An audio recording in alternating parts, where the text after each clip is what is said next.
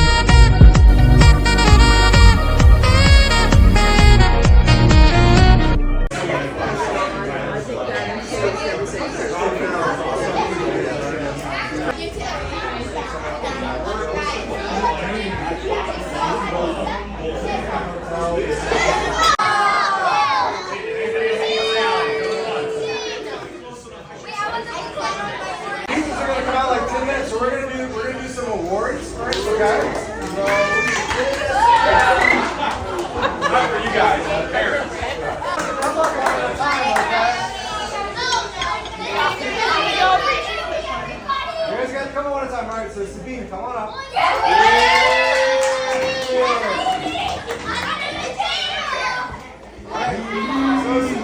So I had to write all this down because there was a lot to remember, so there's a lot of pages here, so bear with me. All right, so Sabine was one of the girls that came to Rec, so this is first year in Select, and so I would want to point out that I think Sabine embodies our entire team. So from the first day until the last day, Sabine got better and better and better every single day, and I think our team did as well, okay? One of the things that I think she kept getting better at too is her approach at the plates, and I really saw that the last couple of weeks to the point where when you're able to lay down a sacrifice bunch in a championship game, when we really need an extra run, that's a really big deal, okay? And also to be able to scoop up those balls in our playoff game the other night. That was really awesome. So, good job, Sabine.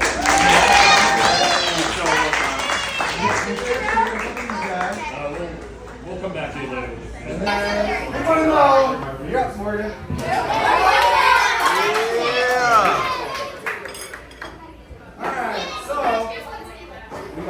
So Morgan was top 5 in runs scored and stolen bases. Okay. And I think that really highlights something that all the coaches love and something that we can't teach, which is hustle. So there's one thing that we can always count on Morgan to do, which is hustle every single day, every single practice, every single game. Okay. Great base running. A lot of great plays in the field. So my favorite Morgan play for the year was when we were at Milford Center, diving catch in right field where you snow cone the ball to save a run. So nice job, Morgan. Good job, kid. Yeah, Sammy.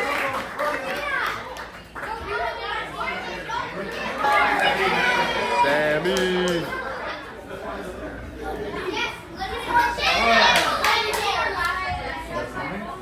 All right, so one thing I want to find about Sammy. Sammy had one of the highest attendance rates in the winter and the spring, okay? But I want to point it out for a reason, all right? So Sammy worked really, really hard in the offseason, and she was able to double both her hit total and her contact percentage from last year. And that can only happen by putting in the hard work over the winter time, okay? And now that she doubled those things, but it came up in the clutch, right? So in the New Albany tournament, we're down by like 1 or 2 runs, couple runners on, smokes a triple to the fence to win us the game, all right? Then at Milford Center, we're down by a run, and she smoked one off a really hard pitcher to tie the game in like the top of the 5th inning. So hard work in the wintertime pays off. Good job. Addie.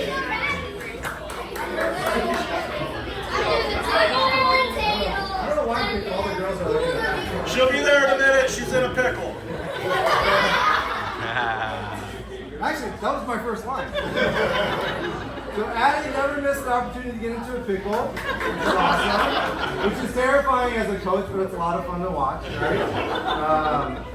One of the things I want to point out about Addie is, again, she also had a really high attendance rate in the offseason, which one says a lot because she lives the furthest away in New Albany, okay? And she showed a lot of resilience because she had a lot of illnesses going on this winter, but she still showed up. She still came to practice.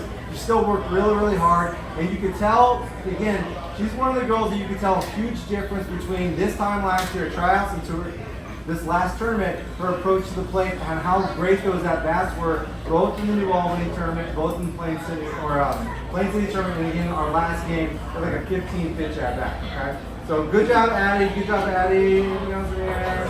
Oh, and also, really loved all the pictures of her catching fly balls with the ice post.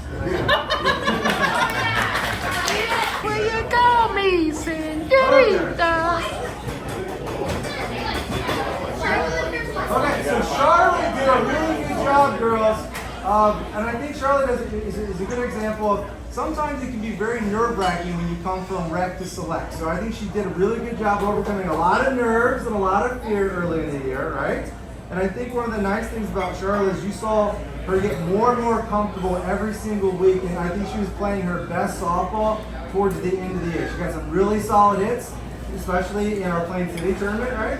And I think the highlight for me for Charlotte was at the, again, the Milford Center game. We had a lot of good plays in Milford Center. Slow roll ground ball, charged it, picked it up, and fired the ball to first base and got it out. So not very many people can play third base because how long that throw is. She's got a cannon for an arm. So great job, Charlotte. Good job. Yeah.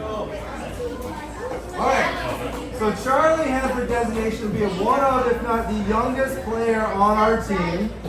And I like to highlight just the tremendous growth that Charlie's had, right? So, in fact, this year, Charlie tripled her career hit total.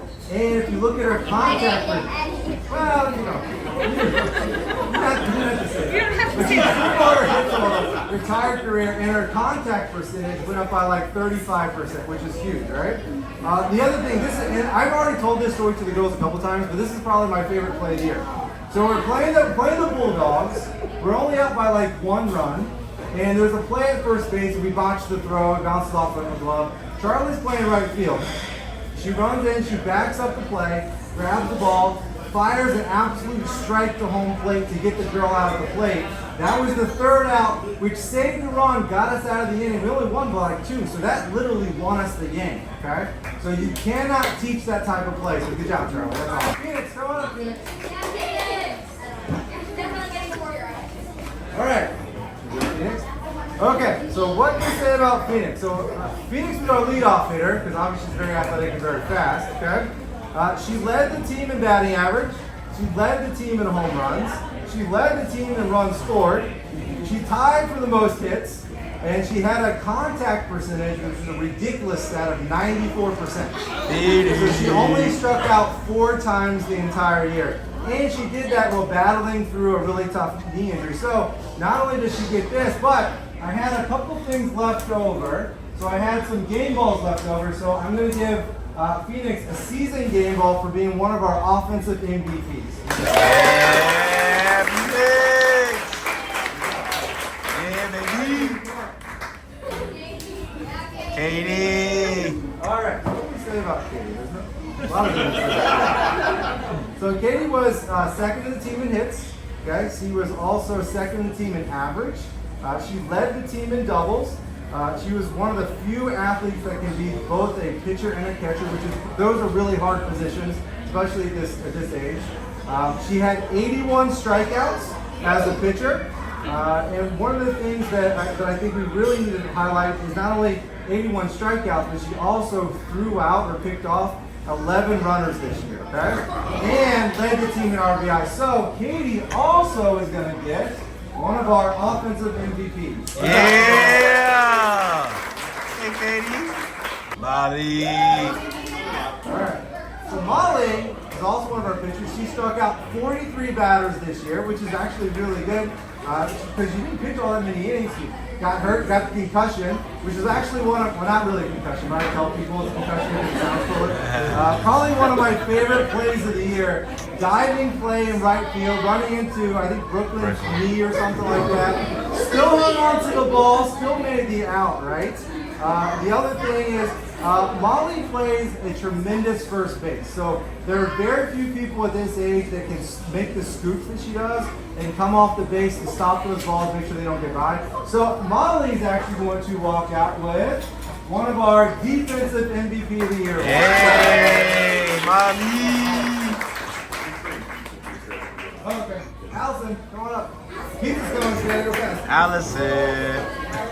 All right, so Allison worked really hard this year to become our primary catcher, which is saying something, because last year we caught a little bit, maybe a couple of innings, but the fact that she at a select level would go from almost no catching experience to being our primary catcher is a testament to the hard work she put in all offseason. It's a heck of a job because it's one of the hardest positions on the field to play. It's hot, it's dirty, you get banged up a lot, your knees get beat up a lot, so it says a lot that she's able to do that. The other thing is, Allison had 18 caught stealing this year, so she threw out 18 base runners this year. And at the same time, ironically, led the team in stolen bases with 80 stolen bases. Right? Wow. So Allison is also going to get one of our defensive MVP awards. Yeah, Allie. All right, two more. Brooklyn, come on up. Good thing for that question. All right, so a couple highlights for Brooklyn. One of our girls that came directly from Rec to Select, the first year in Select, okay?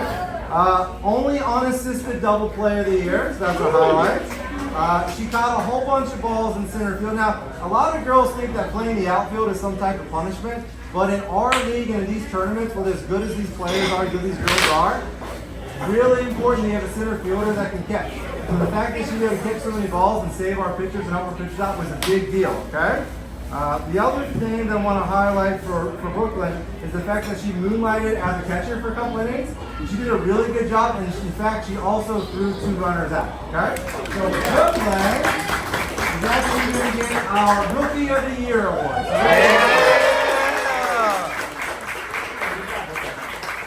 Job 10. I don't think there's one more. So, come on up. Sanibel. All right, here goes Sanibel. Okay, so Sanibel, she had an okay season. So Sanibel actually tied with the lead in hits for the team. She led the team in triples. She pitched 99 innings and had 246 strikeouts.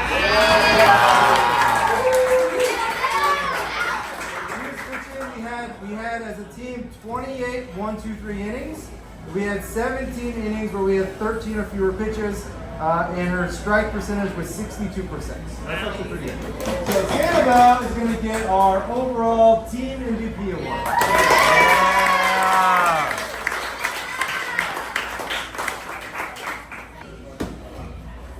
Awesome season.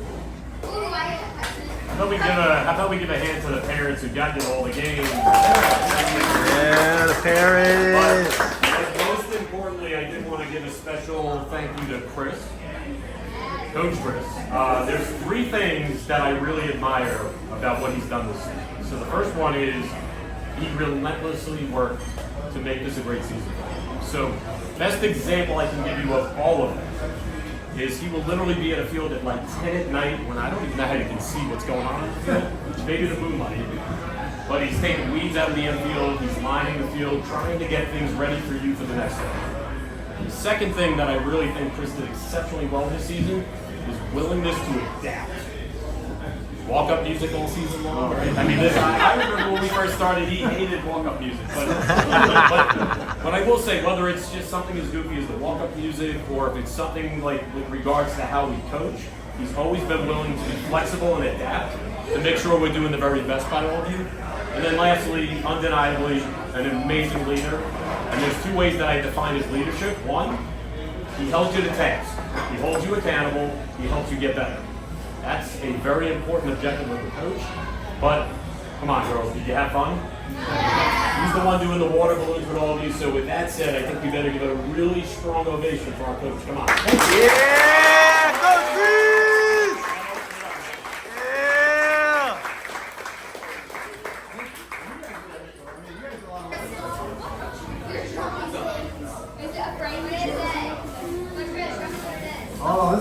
Awesome. Good guys. Yeah.